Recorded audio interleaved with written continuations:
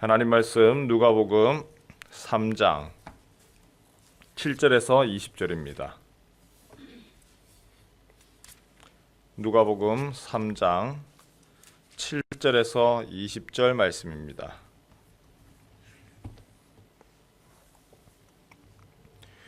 요한이 세례받으러 나오는 무리에게 이르되 독사의 자식들아 누가 너희에게 일러 장차 올 진노를 피하라 하더냐.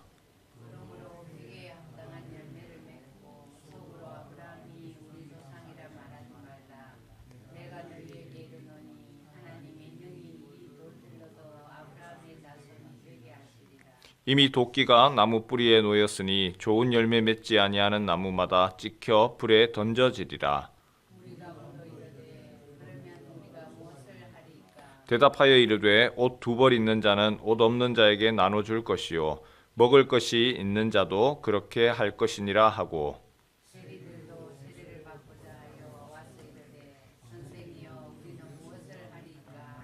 이르되 부과된 것 외에는 거두지 말라 하고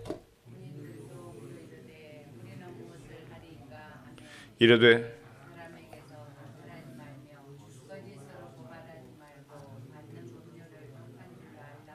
백성들이 바라고 기다림으로 모든 사람들이 요한을 혹 그리스도신가 심중에 생각하니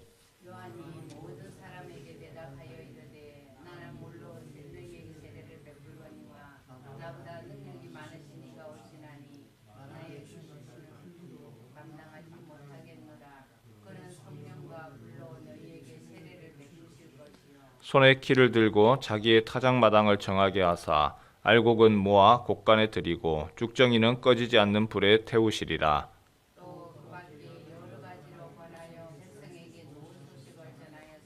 분봉왕 헤롯은 그의 동생의 아내 헤로디아의 일과 또 자기가 행한 모든 악한 일로 말미암아 요한에게 책망을 받고 그 위에 한 가지 악을 더하여 요한을 옥에 가두니라.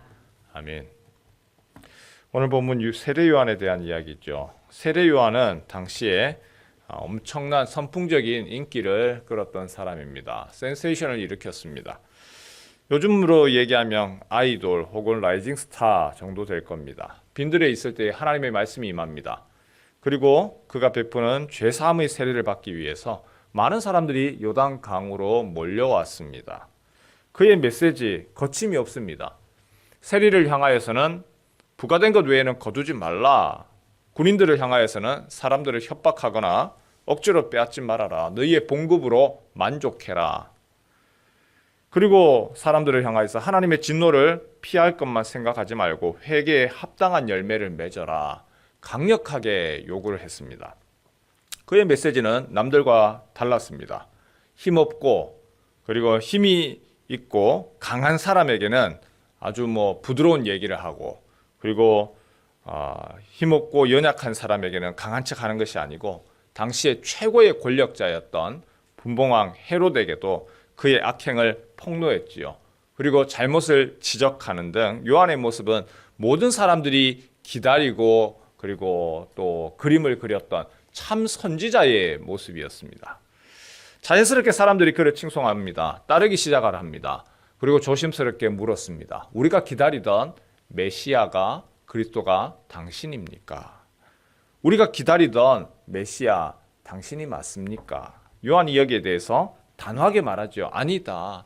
나는 메시아가 아니고 나는 그리스도가 아니다. 나는 그리스도가 오실 길을 나는 예비하는 자이고 준비하는 사람이다. 그의 오실 길을 곧게 하고 높아진 골짜기를 낮추고 험한 길을 평탄케 하고 육체로 오실 하나님을 준비하는 자다. 우리 16절 17절 말씀 함께 읽겠습니다. 시작. 요한이 모든 사람에게 대답하여 이르되 나는 물로 너희에게 세례를 베풀거니와 나보다 능력이 많으신 이가 오시나니 나는 그의 신발끈을 풀기도 감당하지 못하겠노라. 그는 성령과 불로 너희에게 세례를 베푸실 것이요 손에 키를 들고 자기의 타작마당을 정하게 하사 알곡은 모아 곡간에 들이고 쭉정이는 꺼지지 않는 불에 태우시리라. 요한의 위대함은 그의 능력이 아니었습니다. 요한의 위대함은 많은 사람들을 끌어모으고 칭송받는 것, 인기에 있지도 않았습니다. 요한의 위대함은 그가 많은 사람들로 존경받음에도 불구하고 자신을 낮추고 나는 그리스도가 아니라 메시아가 아니라 메시아를 그리스도를 준비하는 자라라고 낮아짐에 있었습니다. 권력을 가지고 있으면요, 부를 가지고 있고 힘이 있습니다. 그러면 누구든지 이 권력을 사용하고 싶어 합니다. 돈이 있으면 내가 갑작스럽게 엄청난 로또가 당첨이 되어서 큰 부자가 되었는데, 부자가 되어서 내가 가난할 때의 생활을 그대로 이루어가는 사람은 없죠. 티셔츠를 하나 사더라도 시장에서 사는 게 아니라 백화점에서 명품 사고 싶은 것이고, 힘이 생기면 그 힘을 사용하고 싶은 것이 사람의 본 모습입니다. 칼을 가지고 있다. 내가 이 휘두를 수 있는 칼이 있으면 이 칼을 휘두르고 싶어 하는 것이 사람의 모습이죠. 처음에는 그렇지 않지요. 순진합니다. 그리고 사람이 겸손합니다. 진실됩니다. 하지만 그 칼, 그 힘, 그 권력, 그것을 사용하면 사용할수록 나라고 하는 존재는 없어지고 그 권력이, 힘이 나를 움직입니다. 변질되어져 간다는 것이죠. 성경에서 기드온이 그랬고요, 사울이 그랬습니다. 돈이라고 하는 것이, 권력이라고 하는 것이, 힘이라고 하는 것이 사람을 변질시키고 우쭐대게 만듭니다. 내가 주인이 아닌데 주인 행세하게 합니다. 사람들이 자기를 대단하고 칭송을 하면 자기도 모르게 목에 힘이 들어가고 뻣뻣하게 됩니다. 이단 경계주의, 우리가 얼마 전에도 보았는데 텔레비전에서 한 번씩 나오는 나는 신이다. 수많은 교주들의 모습 엄청나죠. 근데 그 교주들의 모습이요, 처음부터 그렇지는 않았어요. 처음에는 굉장히 많은 능력을 보여줬습니다. 못 걷는 사람이 그 사람의 기도를 받으니까 신유의 은사가 있어서 병이 낫는 일이 벌어지고요. 그리고 갖가지 질병이 떠나가고요. 그 사람이 하는 일들이 정말 예수님이 오셔서 하는 것처럼 희한한 능력들이 나타나더라는 것이죠. 그리고 그 사람을 대단하게 여기고 자기도 모르게 그 인기에 취하여서 자기도 모르는 모습으로 변질되어져 갑니다. 시작은 그렇지 않았습니다. 처음 시작의 모습은 그런 모습이 아닌데 점점 변하여지고 마지막에는 끔찍한 모습으로 그 교주로 괴물만 남더라는 것이죠. 그래서 이런 말이 있습니다. 같이 한번 따라해 보실래요?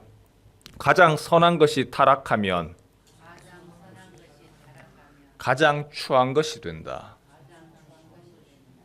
예, 라틴 속담입니다.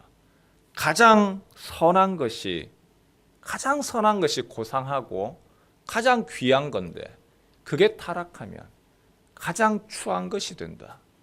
여러분, 사탄은 존재가 원래 시작이 어디죠? 천사가 타락한 것이죠. 제일 아름다운 향수, 고상하고 너무 아름다운 그 향수에 파리가 빠지는 순간, 그리고 빠져서 썩은 내가 진동을 하면 가장 아름다운 것이 가장 추한 것이 되죠. 아름답고 고상한 이들이 변질되는 순간 그 사람은 더 끔찍한 위험한 괴물이 되죠.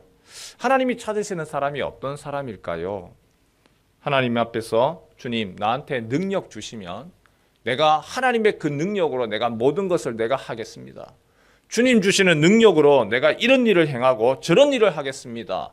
라는 사람이 아니고, 하나님이 찾으시는 사람은 주님, 나는 아이입니다. 나는 말도 할 줄 모르고 나는 이것도 나는 못하고 저것도 못합니다. 나는 부족한 사람입니다. 그러나 주께서 나를 사용하시고자 한다면 하나님이 나를 도구 삼으셔서 하나님의 일을 하게 하옵소서. 심부름꾼 삼으십시오. 두 가지가 다 있어야 될 것 같아요. 하나는 나는 부족합니다. 나는 힘이 없습니다. 라고 하는 면이 반드시 있어야 되고, 자신의 겸손과 낮아짐이고, 그러나 또한 주님께서 사용하신다면, 하나님이 하시겠다면 그렇게 하십시오 라고 하는 겸손으로서 자신을 드림 자원이 있어야 되겠죠. 이 아침에 우리가 이 모습을 위해서 같이 함께 기도했으면 좋겠습니다. 가장 선한 것이 타락하면 가장 추한 것이 된다. 그 능력이 그가 가지고 있던 그 가장 좋은 것들이 변질되어져 가면 그 모습은 끔찍한 모습이 됩니다. 세례 요한이 칭송을 받고 존경을 받았음에도 불구하고 끝까지 자기 자신을 메시아로서 드러내지 않습니다. 나는 그리스도를 위하여서 준비하는 자에 불과합니다. 나는 그분의 신들매를 나는 들기도 부족합니다. 나는 그리스도를 예비하는 자입니다. 우리 또한 그 모습으로 살아가야 되겠죠. 우리는 주님을 위하여서 주님의 부름받은 종에 불과합니다. 주님 오실 길을 예비하는 사람입니다. 주님, 나는 부족합니다. 내가 무엇을 할 수 있습니까? 그러나 주님이 나를 심부름꾼 삼으시면 내가 심부름꾼 하겠고요. 주님이 나를 도구로 삼으시면 내가 주님의 도구 되겠습니다. 그리고 주님 변질되지 않게 하옵소서. 우리의 말과 우리의 눈빛과 우리의 행동이 하나님께 영광이 되어지도록 주님의 온전한 도구로 삼아 주옵소서. 간구하고 기도하는 이 아침 되어지기를 주님의 이름으로 축원합니다.